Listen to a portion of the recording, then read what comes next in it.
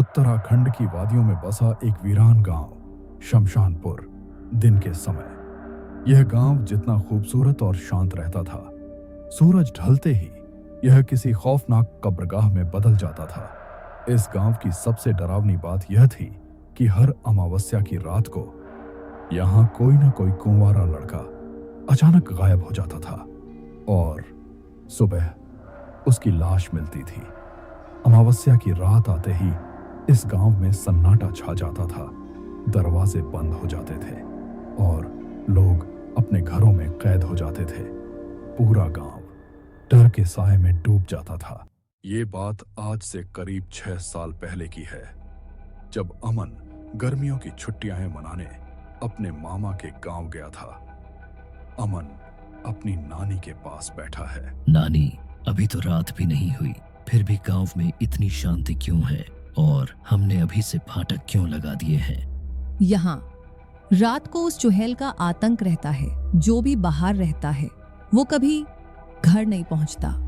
नानी, ये सब अंधविश्वास है।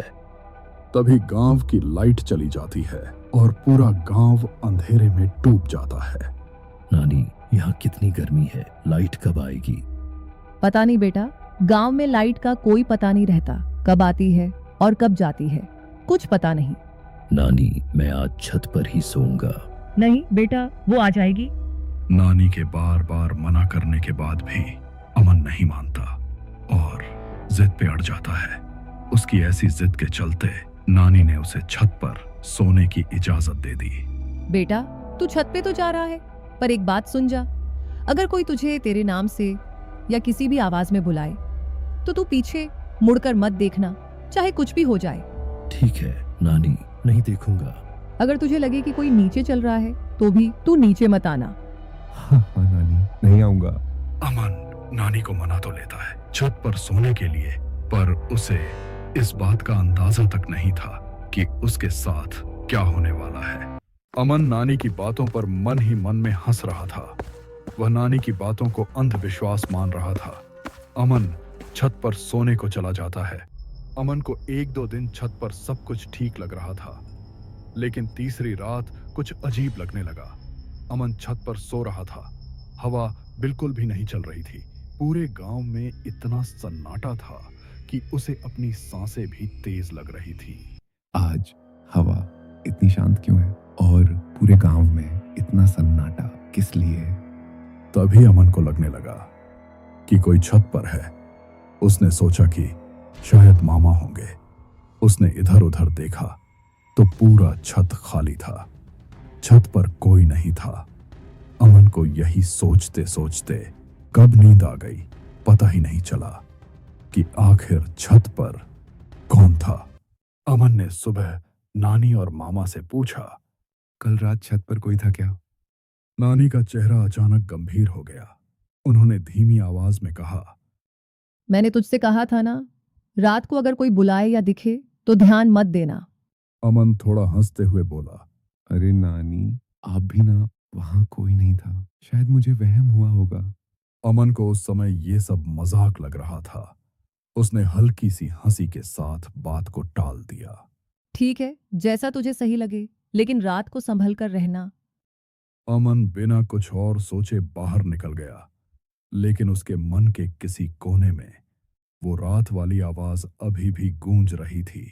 शाम होते होते गांव में फिर वही अजीब सा सन्नाटा छाने लगा। हवा एकदम शांत थी, पेड़ों के पत्ते तक नहीं हिल रहे थे। अमन इस रात भी छत पर सोया हुआ था, लेकिन इस बार वह सोया नहीं था बल्कि जाग रहा था। वह इंतजार कर रहा था कि आज फिर कुछ होगा या नहीं। डर के मारे उसकी आंखों से नींद कोसों दूर थी। रात के करीब 2 बज चुके थे, लेकिन अमन को अभी भी नींद नहीं आई थी। चारों तरफ गहरा सन्नाटा पसरा हुआ था। हवा बिल्कुल थम सी गई थी। अमन बार बार इधर उधर देख रहा था। उसका दिल जोर जोर से धड़क रहा था। उसे ऐसा लग रहा था जैसे कोई उसे देख रहा हो।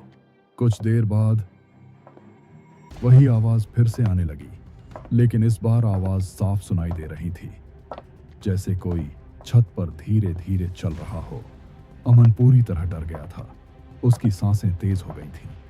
फिर भी उसने हिम्मत जुटाई और धीरे धीरे अपनी गर्दन उठाई। उसकी नजर जैसे ही आगे गई, उसका दिल एक पल के लिए रुक सा गया। छत की दूसरी ओर कोई खड़ा था। अंधेरे में साफ दिखाई नहीं दे रहा था, बस एक परछाई सी लग रही थी। वह बिल्कुल सीधा खड़ा था, बिना हिले बिना डुले, जैसे किसी चीज का इंतजार कर रहा हो। अमन की नजरें उसी पर टिक गई थीं और तभी उसे एहसास हुआ कि वह परछाई सीधे उसी की तरफ देख रही थी। इतनी रात को कौन है यहाँ? देखूं या रहने दूं? नानी ने मना किया था। अमन ने थोड़ा और ध्यान से देखा। उसका दिल अचानक जोर से धड़कने लगा। वह परछाई नहीं थी। उसकी आंखें लाल थीं और अंधेरे में भी हल्की सी चमक रही थीं, जैसे वह अंधेरे को नहीं, अमन को देख रही हो। अमन की सांसें अटक गईं। उसे अब साफ महसूस हो रहा था कि वह चीज इंसान नहीं थी। अमन का गला सूख गया। वह चिल्लाना चाहता था, लेकिन उसकी आवाज गले में ही अटक गई। अमन डर के मारे सोने का नाटक करने लगा। उसने आंखें बंद कर ली और खुद को बिल्कुल शांत रखने की कोशिश करने लगा। तभी उसे एहसास हुआ कि वह परछाई धीरे धीरे उसके पास आ रही है, लेकिन उसके पैर नहीं चल रहे थे, जैसे वह जमीन पर नहीं, हवा में तैर रही हो। अमन के शरीर में सिहरन दौड़ गई। उसका दिल अब इतनी तेज धड़क रहा था कि उसे लगा वो आवाज बाहर तक सुनाई दे रही होगी। और तभी अचानक अमन को नानी की बात याद आई। नानी ने कहा था, बेटा घबराना मत, चाहे जो कुछ भी हो जाए, बस अपनी आंखें बंद रखना और बिल्कुल भी हिलना मत। अमन को यह सब समझ नहीं आ रहा था कि नानी ने ऐसा क्यों कहा था, लेकिन उसके दिल ने उसे उसी वक्त नानी की बात मानने को कहा। अमन ने बिना एक पल गंवाए तुरंत अपनी आंखें बंद कर लीं और खुद को बिल्कुल बेजान सा कर लिया। तभी उसे महसूस हुआ कि वह चीज अब उसके बिल्कुल पास आ चुकी है। अमन महसूस कर पा रहा था कि वह परछाई अब उसके बिल्कुल पीछे खड़ी है, इतनी करीब कि उसकी ठंडी सांसें अमन की गर्दन को छू रही थीं। वह परछाई कुछ देर तक बिल्कुल शांत खड़ी रही, जैसे अमन के जागने का इंतजार कर रही हो। और फिर बहुत ही धीमी आवाज में उसने अमन का नाम लिया, अमन। लेकिन वो आवाज नानी की थी। अमन की रूह कांप उठी, क्योंकि गांव में कोई भी उसे इस नाम से नहीं जानता था। कौन है जो मुझे इस नाम से जानता है? एक बार देख लो। नहीं, नानी ने मना किया था। अमन खुद को रोक नहीं पा रहा था। उसका दिल बार बार कह रहा था, बस एक बार पीछे देख ले। लेकिन अमन ने खुद को संभाल लिया और वैसे ही आंखें बंद करके सोने का नाटक करता रहा।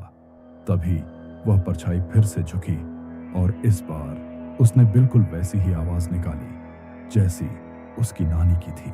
अमन बेटा उठ जा, मैं हूं। उस आवाज में इतनी अपनापन था, इतनी सच्चाई थी कि एक पल के लिए अमन का दिल सच में पिघल गया। अमन डर मत, देख ले, मैं तेरी नानी हूं। तू जो भी है, मैं तुझे नहीं देखूंगा। अमन सोने का नाटक करता रहा और वह परछाई लगातार चिल्लाती रही। सुबह के करीब 5 बजे सब कुछ अचानक शांत हो गया, इतना शांत कि जैसे रात में कुछ हुआ ही ना हो। अमन ने धीरे धीरे अपनी आंखें खोली। उसका दिल अभी भी तेज धड़क रहा था। वह धीरे से उठा और जैसे ही उसने छत पर नजर डाली, उसकी सांसें रुक गईं। छत पर अजीब से पैरों के निशान बने हुए थे, नंगे पैर, लेकिन इंसान जैसे नहीं। वह सीधा नानी के पास गया। नानी दरवाजे के पास बैठी थी, जैसे वह पहले से ही उसका इंतजार कर रही हो। अमन को घबराया हुआ देख नानी सब समझ गई। मैंने तुझे मना किया था ना, किसी की आवाज पर ध्यान मत देना। नहीं नानी, पर उसने आपकी आवाज निकाली थी। बेटा वो छलावा है, वो किसी की भी आवाज निकाल सकता है। तू बच गया, तेरे ऊपर प्रभु की असीम कृपा है।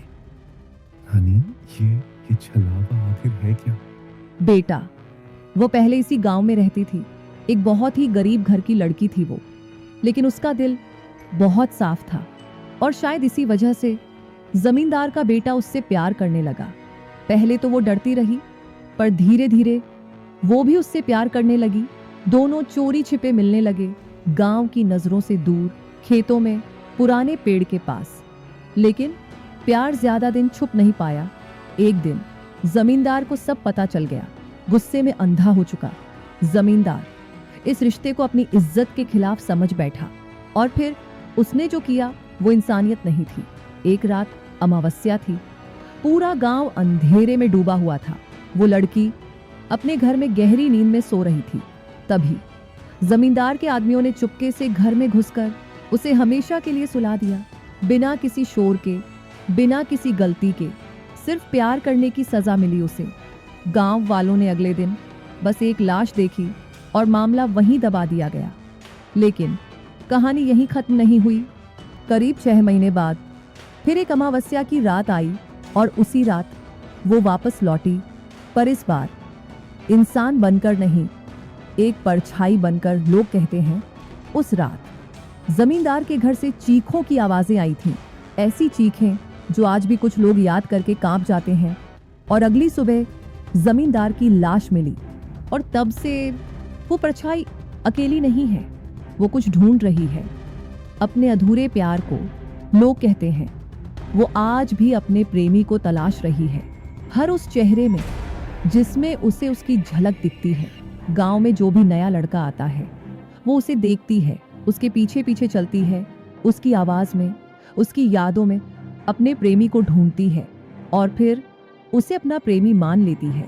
लेकिन जब सच सामने आता है कि वो उसका प्रेमी नहीं है, तो वो उसे छोड़ती नहीं, उसे मार डालती है। एक एक करके कई लोग बस यूं ही गायब हो गए, कोई कुछ समझ ही नहीं पाया।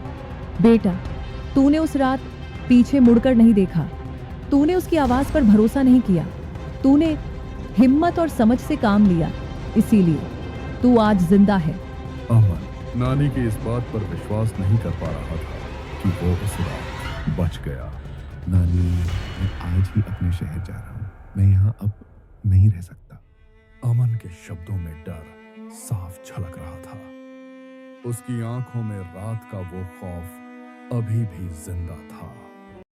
दोस्तों, क्या आपको लगता है कि शमशानपुर का ये रहस्य बस यहीं खत्म हो गया, या फिर इसके पीछे छुपा है कोई और भी बड़ा और खौफनाक सच?